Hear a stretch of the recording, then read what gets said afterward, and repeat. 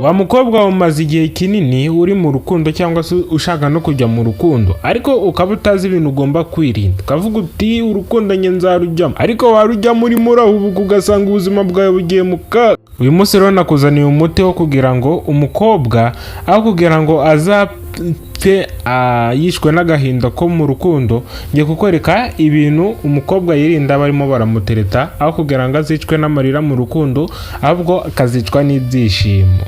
Nta kindi usabwa wowe uyu munsi ni ugukanda subscribe niba utarayikanze kugira ngo ujye ubasha kubona ibiganiro ducisha kuri uno muyoboro, nanjye ubibategurira nkanabibagezaho. Nitwa Aime, YouTube channel wagezeho yitwa Aime Heart. Wakoze kugira amahirwe yo kureba ino video. Urebye ikintu umukobwa agomba kwirinda barimo baramutereta, agomba kwirinda kuba umwasama. Kuba umwasama rimwe na rimwe nibyo bitera abakobwa kuba bakwirara, bigatuma umukobwa yakundana n'umusore aho ugasanga umukobwa buri kimwe cyose aracyasasa, nta bangagira, mbese ibintu byose ni umwasama. Umusore aramubwira uti garama, umukobwa yagaramye, cyangwa se ikindi kintu runaka ugasanga umukobwa ari kugikorera icyo atabanje kugitekerezaho. Igihe cyose habaye umwasama, menya ko urukundo rwawe rushobora kuzajya mu kaga, ariko irinde kuba umwasama. Bizagufasha mu gutuma ejo hazaza hawe mu buzima bw'urukundo haba heza, ndetse n'umusore mukundana akavuga uti nabonye umugore abandi bo baratoraguye. Ariko igihe cyose wagerageje kugira umugore cyangwa se n'umukobwa w'umwasama, bishobora kuzakwicira ejo hazaza hawe. Ushobora no kumukunda nyine uvuga uti umukobwa ni mwiza ku isura, ariko ugasanga ni umwasama. Igihe cyose utoraguye umwasama cyangwa se ushakanye n'umwasama, ubuzima bwawe bujya mu kaga wa musore we. Gerageza rero niba uri n'umukobwa ugomba kwirinda kuba umwasama kugira ngo ubashe kubona umugabo wa nyawe kandi ugukunda bya nyabyo, kandi uwo muzabana neza cyane. Ikindi kandi umukobwa agomba kwirinda igihe barimo baramutereta, yirinda ifuhe rikabije. Yego umusore ntimurashakana, ntimurasezerana ivangamutungo, mbese nta masezerano mufitanye yo gukundana, aho ugasanga urimo uramufuhira. Wa mukobwa irinde ifuhe rikabije, kuko ni benshi mu bakobwa usanga bagira ifuhe, rimwe na rimwe bikaba byanamuviramo kwihora, avuga uti umusore ntiyankunze, naramukunze ntiyankunda, namweretse urukundo ntiyankunda, ariko ngiye kwiyahura. Ariko igihe cyose wagize ifuhe ukiri umukobwa, menya ko ubuzima bwawe bushobora kujya mu kaga, kuko abakobwa hari igihe kwihangana bibagora, ugasanga umukobwa ariyahuye cyangwa se agwaye agahinda gakabije, bitewe n'uko umusore nyine afite abakobwa benshi ari kugira ngo azihitiremo umwanya we, ariko wa mukobwa wowe uri gushaka kwereka umusore ko umukunda byanyabyo, ariko we akaba atari gushaka kubibona. Rimwe na rimwe bikagutera depression cyangwa se ukaba wanakwiyahura. Irinde ifuhe wa mukobwa we, aho kugira ngo uzicwe n'agahinda, menya ko biryoha bisangiwe. Ikindi kandi ugomba kwirinda kuyandarika.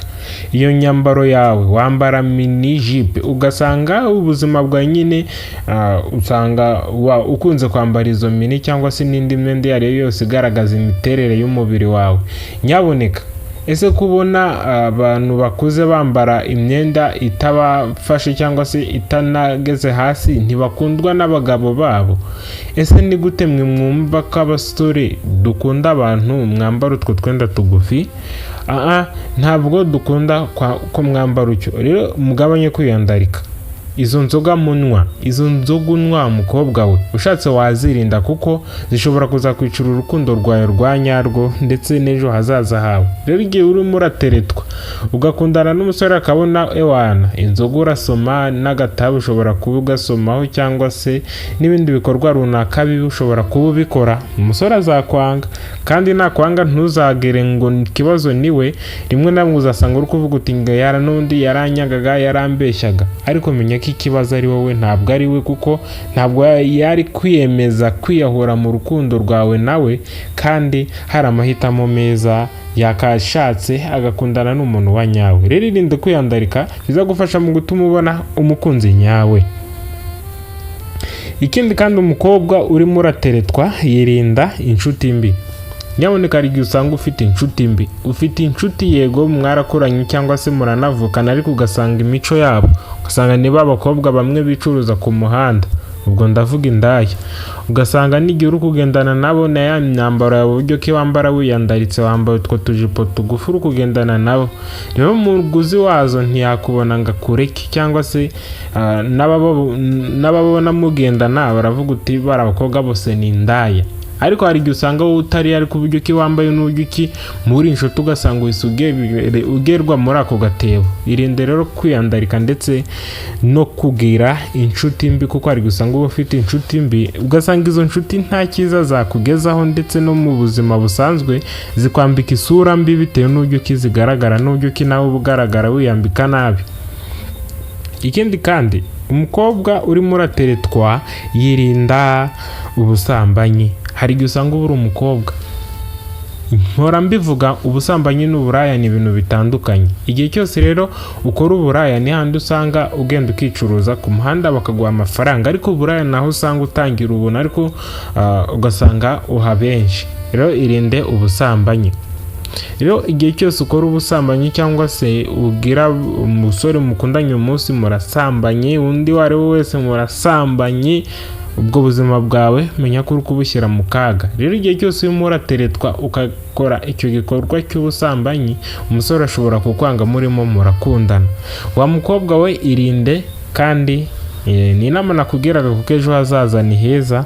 Nugerageza kuhangiza ukora ubwo busambanyi, uzashakana n'umusore nanone nawe w'umusambanyi, usanga ubuzima bwawe ubayeho wicuza, ukazanasaza wicuza bitewe n'amahitamo mabi wagize ushakana n'umusambanyi. Hari igihe usanga umusambanyi agiye gushakana n'undi, ugasanga ubuzima bwanyu bubayeho ubuzima bw'uburaya gusa. Si byiza rero.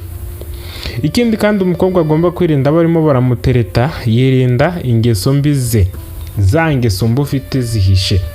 Nyaboneka hari gusanga uri umukobwa ariko ugasanga ufite ingeso mbi nyinshi cyane, ugasanga ufite ingeso y'agasuzuguro karakurenza, ariko menya ko ako gasuzuguro gashira, urugo ruragenda rukakamara. Ariko irinde kuba wagira ako gasuzuguro, ndetse na za ngeso mbi zawe uzigabanye, kuko igihe cyose ufite izo ngeso mbi niho usanga abantu bavuga utura mukobwa nta mico ye ntaki, ugasanga nyine biri kukwicara amanota no kuri uwo muntu mushaka kuba mukundana. Simvuze ngo wiyorobeke nugera mu rugo izo ngeso zazigarura, ahubwo zigabanye, kuko bishobora kuzatuma utabona umugabo, kuko ni benshi mu bakobwa bagumiwe usanga bafite ingeso mbi. Izo ngeso baranze kuzireka, ahubwo ugasanga ari gushakana n'umugabo izo ngeso anazifite. Si byiza rero, izo ngeso mbi ubona ufite zigabanye, uzabona ugukunda wa nyawe. Rero n'igihe uri guteretwa, izo ngeso zirinde, bizagufasha. Ikindi kandi umukobwa urimo urateretwa yirinda kuba igifura.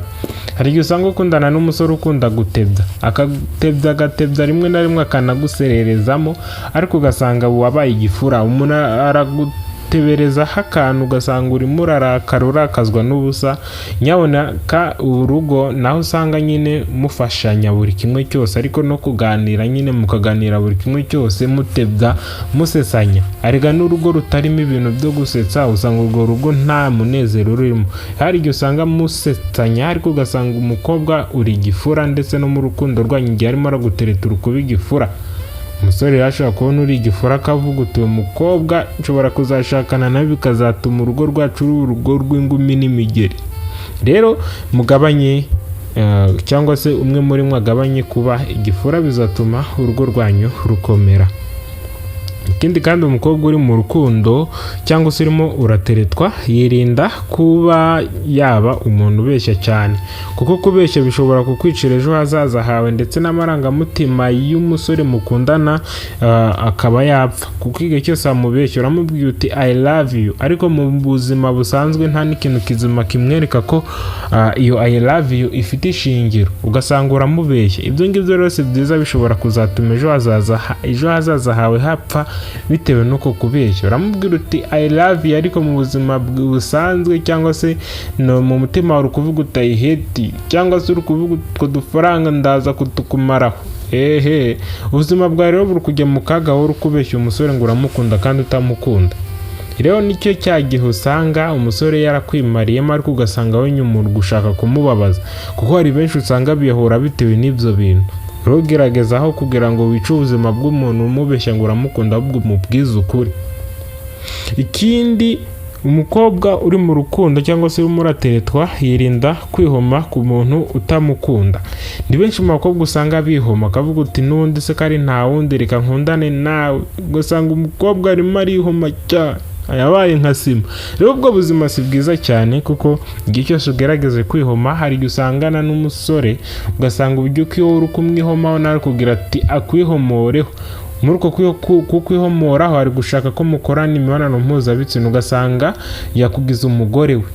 Kwa kwihoma rero uvuga uti reka nemere nkorane nawe imibonano mpuzabitsina, nishake nzamubyarire, ariko birangire angize umugore. Ubwo buzima si bwiza, kuko niwe usanga usaza urukurira bitewe nabyo ndakurikiye nyuma, ugasanga urabikurikiye yego urabibonye ariko urukubiririramo, ugasanga buri joro urukurarira ingumi n'imigeri.